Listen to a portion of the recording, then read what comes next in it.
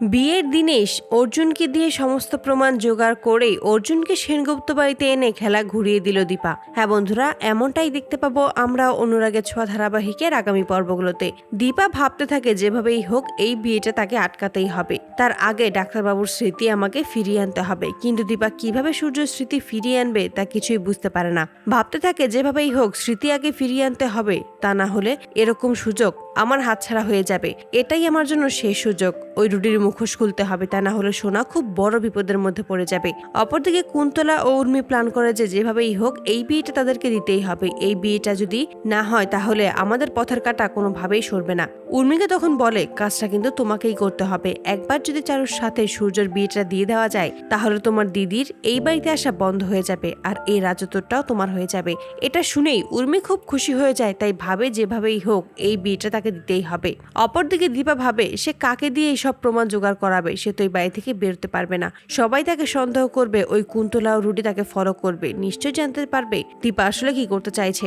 তখন হঠাৎ করেই অর্জুনের কথা মনে পড়ে আর অর্জুনকেই ফোন করে তার বিপদের কথা জানায়। অর্জুন তখন রাজি হয়ে যায় দীপাকে সাহায্য করার জন্য। তাই দীপা অর্জুনকে তার সমস্ত প্ল্যানটাই খুলে বলে। ওই ছদ্মবেশী রুডির ব্যাপারে সমস্তটা প্রমাণ জোগাড় করেই আনে এবং সূর্যকে যে দিনের পর দিন ভুল ওষুধ দিয়ে যাচ্ছে তার প্রমাণ সাথে করে নিয়েই বিয়ের দিনেই সেনগুপ্ত বাড়িতে এসে হাজির হয় অর্জুন। অর্জুনকে কোথাও দেখেছে এমনটাই মনে হতে থাকে সূর্যর। অর্জুনের সাথে নিশ্চয়ই তার কোনো সম্পর্ক রয়েছে, কিন্তু সূর্য কিছুতেই এইসবটা মনে করতে পারে না। অর্জুন তখন বলে ওঠে, এই বিয়ে বন্ধ করা হোক, আগে কিছু প্রমাণ আছে সেইগুলো আপনাদের দেখা উচিত। অর্জুনের থেকেই দীপা সমস্ত প্রমাণ নিয়ে সকলকেই দেখায় আর ওই ছদ্মবেশী রুডির মুখোমুখি দাঁড়িয়ে রুডির মুখোশ সকলের সামনে খুলে দেয়। সকলেই তখন অবাক হয়ে যায়, সকলেই তখন নিজের ভুলটা বুঝতে পারে যে দীপা এতদিন তাদেরকে সত্যি কথাই বলেছিল।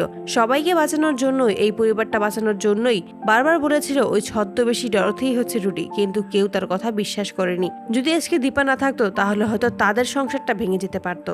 আর এভাবেই বিয়ের দিনই অর্জুনকে হাজির করে সমস্ত খেলা ঘুরিয়ে দেয় দীপা। তো বন্ধুরা, তোমরা এটাই তো চাও জন্য এভাবেই অর্জুনকে দিয়ে সমস্ত প্রমাণ জোগাড় করে বিয়ের দিনেই অর্জুনকে সেনগুপ্ত বাড়িতে এনে খেলা ঘুরিয়ে দেয় দীপা? কমেন্টে জানাও। আর নিয়মিত আপডেট পেতে আমাদের চ্যানেলটি এক্ষুনি সাবস্ক্রাইব করে পাশে থাকো। ধন্যবাদ।